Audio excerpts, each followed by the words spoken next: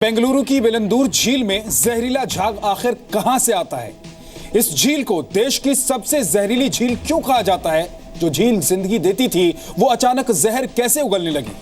और से देखिए बेलंदूर की झील को जहरीला बनाने की पूरी कहानी।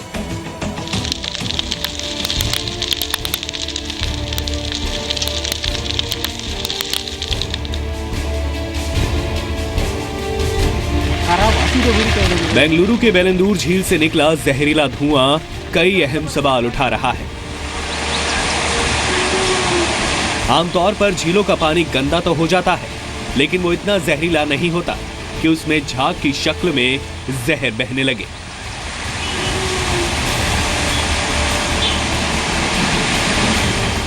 पिछले साल की इन तस्वीरों को देखिए। ये उसी जगह के पास की तस्वीरें हैं जहां 16 फरवरी को झील में आग लगी। इस झील के पास 130 अपार्टमेंट हैं। हजारों लोग झील के आसपास रहते हैं।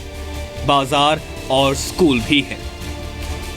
मगर सबके सब जहरीली झील के साए में हैं। बेंगलुरु की बेलंदूर झील में जब आग लगी तो उससे निकलने वाला जहरीला धुआं सीधे अपार्टमेंट की तरफ उड़ने लगा। इन घरों में रहने वाले लोग बुरी तरह घबरा गए, लेकिन वो चाहकर भी बाहर नहीं निकल सकते थे, क्योंकि जमीन से लेकर आसमान तक हर तरफ झील से निकला जहरीला धुआं था। ये बेलंदुरु लेक है और इसके बाजू में हंड्रेड्स ऑफ अपार्टमेंट्स है। मैं एक सच अपार्टमेंट में खड़ी हूँ और यहाँ से हम डायरेक्टली देख सकते हैं कि at one point in time एक ब्यूटीफुल लेक हुआ करता था, लेकिन अब बस एक बड़ा सा मेस हो चुका है। वहाँ पर बिल्कुल बीच में कल एक आग एरप्ट हुआ था। हम देख सकते हैं एक बड़ा ब्लैक वाला पैच है और वहाँ से टॉक्सिक फ्यूम्स निकल के इस अपार्टमेंट कॉम्प्लेक्स के अंदर आ रहे थे। बस इस अपार्टमेंट कॉम्प्लेक्स के अंदर ही नहीं, बाजू वाले सारे अपार्टमेंट कॉम्प्लेक्सेस इससे अफेक्टेड है। बेलंदूर झील के आसपास रहने वाले लोग अब तक उस सदमे से नहीं निकल पाए हैं, क्योंकि जिस तरह से झील से निकल रहा धुआं उनके घरों की छत पर छाया था, वो बेहद खतरनाक तस्वीर थी। मेरा लेक व्यू है बालकनी, उसने मुझे बोला दोबारा से यहाँ पे मम्मी आग लगा दिया है, कितना पॉल्यूशन होता है। ये बच्चों के बारे में, रेजिडेंट्स के बारे में कुछ सोचते क्यों नहीं है? और हर बार ऐसा होता है, हर बार न्यूज में आता है, हर बार एक्टिविटीज आती हैं, लाइक अथॉरिटीज आती हैं, हमेशा प्रॉमिस करते हैं, पर पिछले 12 साल से जब से मैं यहाँ रह रही हूँ मैंने कुछ भी होते हुए नहीं देखा है। बेलंदूर झील से निकलने वाले धुएं की जहरीली दास्तान जानने के बाद आप हैरान रह जाएंगे, क्योंकि इसका पानी देश की किसी भी नदी या झील से बहुत जहरीला है। बेलंदूर झील में पाए जाने वाले जहर का सच देखिए। बेलंदूर झील के पानी से कई किंग कोबरा की मौत हो चुकी है। झील के पास woodpecker, kingfisher, king cobra, red snake रहते थे। जहरीले पानी की वजह से तमाम जीव जंतुओं की मौत होने लगी। झील के आसपास रहने वाले परिंदे मौत के डर से चले गए। बेलंदूर झील आखिर देश की सबसे जहरीली झील क्यों बन गई? इसके लिए भी सिर्फ सिस्टम नहीं, बल्कि समाज के लोग जिम्मेदार हैं। नगर निगम से लेकर स्थानीय निवासी तक सब लोगों ने मिलकर झील को जहर का दरिया बना दिया।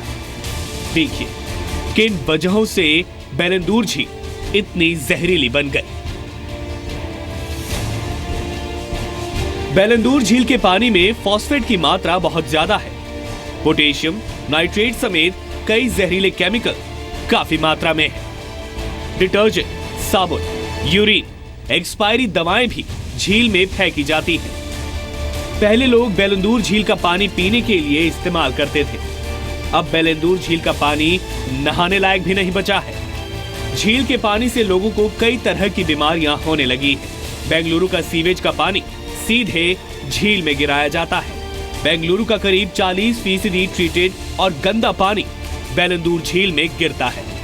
40 फीट गहरी झील में करीब 35 फीट तक सिल्ट यानी गंदगी जमा है।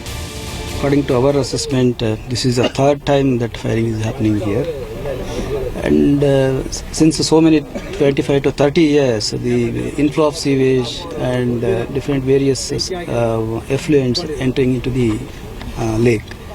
So because of that, frothing and firing, because methane level increases, sulfur contents. झील के आसपास करीब 130 अपार्टमेंट हैं। 16 फरवरी को जब बेलंदूर झील में आग लग गई तो एक बार फिर पूरे सिस्टम की आंखें खुली, मगर अब तक काफी देर हो चुकी है। लेक कमेटी के लोगों ने मौके पर पहुंचकर हालात का जायजा ले लिया है, रिपोर्ट तैयार कर रहे हैं। Now it is not because of just dumping of garbage alone, because they can't. This has happened in the center of the tank. It is not dumping of garbage. It is because of the STP, the sanitary water. BWSSB is not able to treat the entire sanitary which is being produced by us. Yes. Because of that, this water is let into it. All are chemicals. That is why this fire is happening. Bellandur झील के पास रहने वाले लोगों को इसके जहर से बचाने के लिए जरूरी है कि पहले इस झील को बचाया जाए, क्योंकि ये झील हमेशा से जहरीली नहीं थी। यहाँ के पानी में जहरीला झाग और मौत वाला धुआं नहीं था।